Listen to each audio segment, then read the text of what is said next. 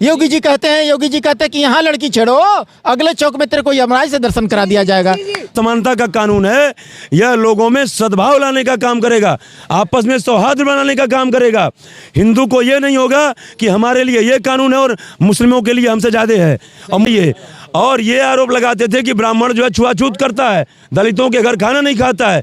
एक तरफ तो तुम भेदभाव की बात कर रहे हो, असमानता की बात कर रहे हो, और दूसरी तरफ जो हमारे देश में समानता का कानून आ रहा है तो तुमको जो रास नहीं आ रहा है।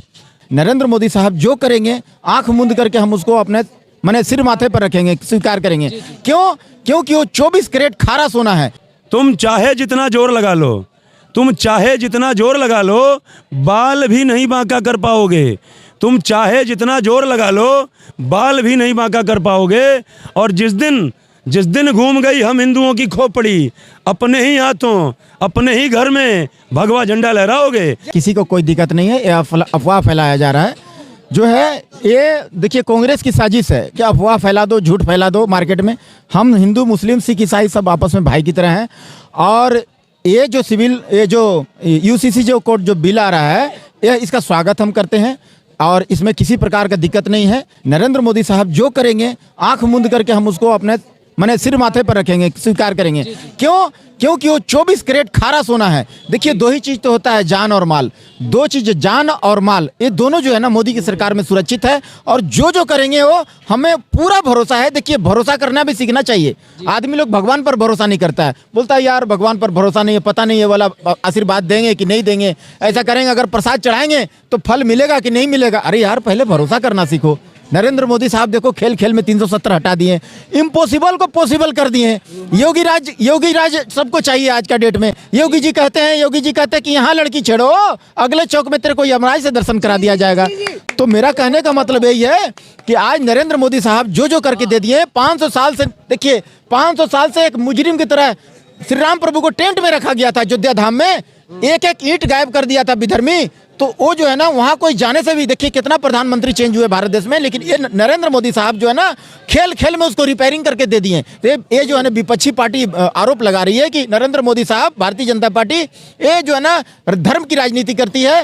हाँ, और इनको आरोप लगा रहा है कि धर्म की राजनीति करती है और मंदिर की राजनीति करती है। तो मैं देशवासियों से कह देना चाहता हूँ कि नया मंदिर कहीं नहीं बन रहा मेरे भाई। यहाँ जो इतना जो स्टेट है हमारे पास, 28-29 स्टेट है, और उसके बाद इतना 4 महानगर है, इतना खाप पंचायत है। नया मंदिर, श्री राम प्रभु का नया मंदिर कहीं नहीं बना। यूनिफॉर्म सिविल कोड है, उससे कहीं ना कहीं मुसलमानों के ऊपर ही अत्याचार नहीं। पहले सब 4 शादियां कर लेते थे, अब कह रहे हो 1 करो। वो देखिए वो जितना करना है करिए। देखिए कोई भी सिस्टम होता है, नियम होता है ना भाई, कोई नियम कानून धर्म ये सब जो है ना उसका अंडर में रह के कोई काम करेंगे तो ठीक रहेगा। इसलिए समय के हिसाब से जब जैसा तब तैसा, भेष न बदला तो मर्द कैसा। समय के हिसाब से इंसान को कन्वर्ट हो जाना चाहिए। और सबसे ऊपर हमारा जो है ना, हमारा सबसे ऊपर जो है देश है, राष्ट्र सबसे ऊपर है। हम ये चाहते हैं हमारा जो है ना सबसे ऊपर राष्ट्र है, हमारा सबसे ऊपर है संविधान, सबसे ऊपर हमारा लॉ एंड ऑर्डर। वो जो हमारा जो लॉ एंड ऑर्डर सबसे ऊपर है, देश हमारा सबसे ऊपर है, वो जो है ना सबसे ऊपर है। हमारा नरेंद्र मोदी साहब जो करेंगे हम आंख मूंद के भरोसा करते हैं। जैसे हम पहले जो कहते थे ना कि भाई भरोसा नहीं करते हैं, मंदिर जाते तो भगवान पर, वैसे हम एक बार भरोसा तो करो। भरोसा मोदी साहब पर करके तो देखो, सब कुछ ठीक कर रहे हैं। असदुद्दीन ओवैसी का ये कहना है कि आपने यूसीसी तो लागू कर दिया, हम अपनी नस्लों को बताकर जाएंगे कि उनके ऊपर क्या अत्याचार। देखिए असदुद्दीन ओवैसी जो है ना धर्म की राजनीति करते हैं। वो अपने फॉलोवर्स को अगर इस टाइप का लेमचूस चॉकलेट नहीं बांटेंगे तो उनको कौन पूछेगा। वो जानते हैं कि मेरा दुकानदारी बंद हो गया। अगर इस टाइप का अगर नहीं बोलेंगे, मीठा मीठा नहीं लेमचूस बांटेंगे तो उनको कौन पूछेगा। इसलिए वो इस टाइप का बोलते हैं कि ताकि उनका पीछे आदमी उनको सेवा करने वाले लगा रहे, उनके लिए लड़ने वाले जो है उनके आगे पीछे चलता रहे। फिर वो ये भी कह रहे हैं कि यूसीसी से आदिवासियों को, एक मिनट, यूसीसी से जो आदिवासी हैं उनको अलग निकाल दिया है। मतलब यूसीसी के अंदर आदिवासियों को नहीं, आदिवासी को हम देखिए, आदिवासी भाई हमारे जो हैं, हमारे माने देखिए गुरबाणी में, गुरु ग्रंथ साहिब में हमारा कहा गया है कि आपस को जो जाने नीचा सोई गनिए सबसे ऊंचा। जो अगर कोई छोटा काम करता है या कोई बड़ा काम करता है या छोटा अपने आप को कोई कहता है ना, तो वही सबसे बड़ा है, वही सबसे महान है। आज जो हमारे राष्ट्रपति द्रौपदी मुर्मू जी, उनको हम लोग प्रधानमंत्री बनाए हैं, राष्ट्रपति बनाए हैं द्रौपदी मुर्मू जी को, इतना बड़ा पदवी हम लोग देश का राजा बना दिए। तो वो जो है ना, आदिवासी समाज कितना प्रसन्न है कि भाई भारतीय जनता पार्टी एक बार जो है, आज तक तो इतना साल से 70 साल से कांग्रेस जो है राज कर रहा था, क्यों नहीं बनाया कोई आदिवासी समाज को। आज जो है ना, आदिवासी समाज से आते हैं हमारे द्रौपदी मुर्मू जी, उनको हम लोग जो है ना राष्ट्रपति राजा बना दिए देश का। और क्या चाहिए मेरे भाई, और क्या चाहिए बोलिए। जी बताइए क्या कह रहे हैं आप। यूसीसी लागू कर दिया है, मुसलमानों में एक खासी जो निराशा है वो उपजने लग गई। देखिए, मुसलमानों में निराशा नहीं है, अरे भाई चुप रहिए। मुसलमानों में निराशा नहीं है, मुसलमानों के वोटों के ठेकेदारों में निराशा है। जो मुसलमान के वोटों के ठेकेदार थे ना, उनमें निराशा है। जो ये मुसलमान भाइयों को भड़का करके अपनी राजनीति करते थे, अब उनका भड़काने का टाइम खत्म हो गया। और दो बात अभी जो आप भाई साहब से आप कह रहे थे ना कि अपनी नस्लों को बता करके जाएंगे कि हमारी मस्जिद शहीद हुई थी, और इसी राम मंदिर अयोध्या में भगवान राम मंदिर के जो है वो मूर्ति की प्राण प्रतिष्ठा के दौरान, मतलब मूर्ति की प्राण प्रतिष्ठा से पहले कई सारे पत्रकारों ने हमसे सवाल किया। मैं नाम नहीं लूँगा चूँकि मैं साहित्यिक आदमी हूँ, नाम लिया। उन्होंने कहा कि कुछ नेता कह रहे हैं, एक नेता कह रहे हैं कि मोदी जी सत्ता के ताकत के दम पे यहाँ मंदिर बनवा दिए, अयोध्या में भगवान राम का मंदिर बनवा दिए। जिस दिन हम ताकत में आएंगे, जिस दिन हम सत्ता में आएंगे, मंदिर तोड़ करके मस्जिद बना देंगे। उनके लिए 2 लाइन कहना चाहता हूँ, आपके चैनल के माध्यम से सुना दीजिएगा और वो खुद ही सुन लेंगे कि तुम चाहे जितना जोर लगा लो, तुम चाहे जितना जोर लगा लो, बाल भी नहीं बांका कर पाओगे। तुम चाहे जितना जोर लगा लो, बाल भी नहीं बांका कर पाओगे। और जिस दिन घूम गई हम हिंदुओं की खोपड़ी, अपने ही हाथों अपने ही घर में भगवा झंडा लहराओगे। अपने ही हाथों अपने ही घर में भगवा झंडा लहराओगे। हमारे धैर्य को तुम हमारी कमजोरी मत समझो, हमारे धैर्य को तुम हमारी कमजोरी मत समझो, और जमा लोगे भारत में सिर्फ अपना सिक्का, जमा लोगे भारत में सिर्फ अपना सिक्का। ऐसा तुम सपने में भी मत समझो। यह भारत सनातनियों का है, सनातनियों का रहेगा और सनातनियों का था। हाँ, यहाँ और सनातन धर्म जो है सर्व समभाव का प्रतीक है। हम सबका सम्मान करते हैं, लेकिन हमारी आस्था पे प्रहार करोगे तो हम चुप नहीं बैठेंगे। हमारे धैर्य को तुम हमारी कमजोरी मत समझो और जमा लोगे भारत में अपना सिक्का, ऐसा तुम सपने में भी मत समझो। अब जाग गया, यहाँ देखिए कोई ऐसा नहीं है जो जागा नहीं है सनातनी। अब जाग गया हर बच्चा युवा बूढ़ा हिंदू है, अब जाग गया हर बच्चा युवा बूढ़ा हिंदू है, क्योंकि राम मंदिर सनातनियों के आस्था का केंद्र बिंदु है। इसलिए राम मंदिर पर उठा दे कोई भी आंख, है ऐसी बात नहीं।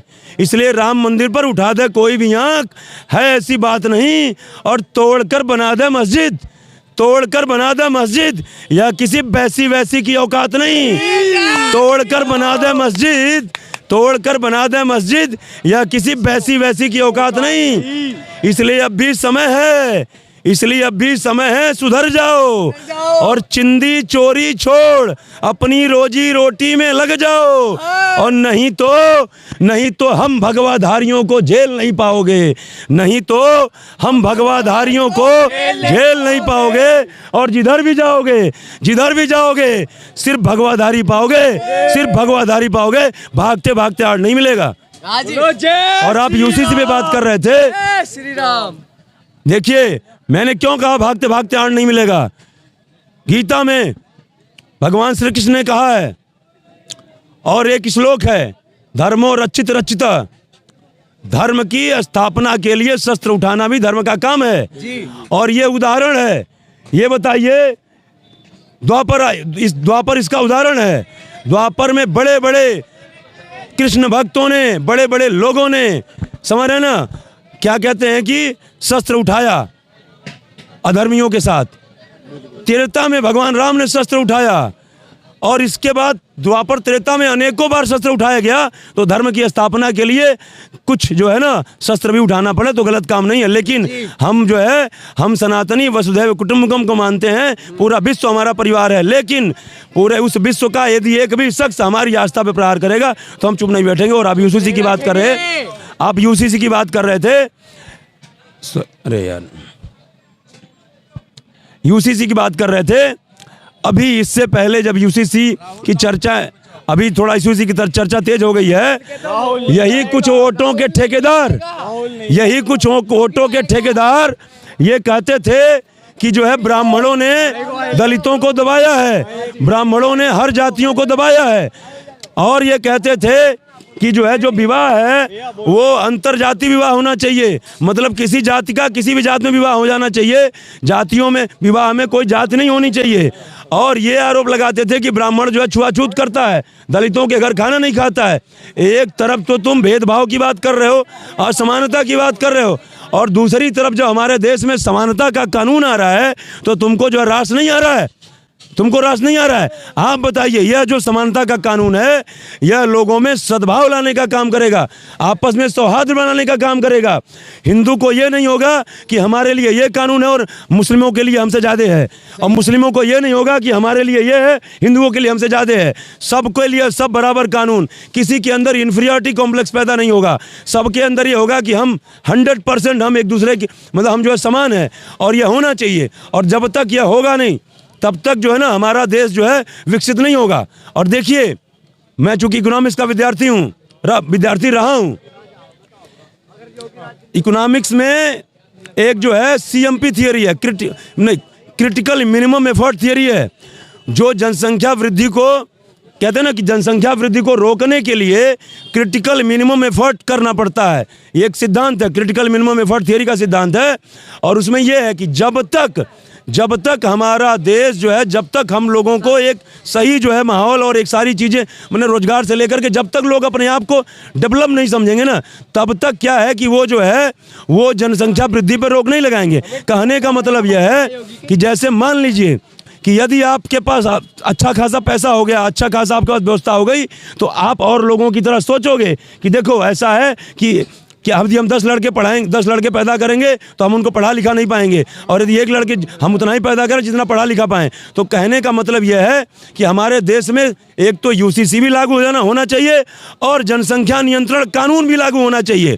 कहने का मतलब यह है कि ये बताइए, जो मेहनत करके कमा रहा है, जो टैक्स भर रहा है और जो है टैक्स पे टैक्स भरता जा रहा है, और तुम जो है शादी करके और प्रोडक्शन में प्रोडक्शन करते जा रहे हो, प्रोडक्शन पे प्रोडक्शन करते जा रहे हो, और तुमको जब सब कुछ फ्री में चाहिए, तो ये बताइए देश के और लोगों की क्षति है कि नहीं है? देश के और लोग जो मेहनत करके सरकार को टैक्स दे रहे हैं उनका नुकसान है कि नहीं है? नुकसान है कि नहीं है? और दूसरे देखिए, जनसंख्या वृद्धि गलत बात नहीं है, लेकिन everything should be in ratio, समझ रहे हैं? आप ये बताइए कि कहने का मतलब यह है कि हमारे देश में ऐसे ही जनसंख्या का वो वृद्धि का जो है रेशियो बढ़ता चला गया, हम लोग खड़े होने की जगह नहीं मिलेगी।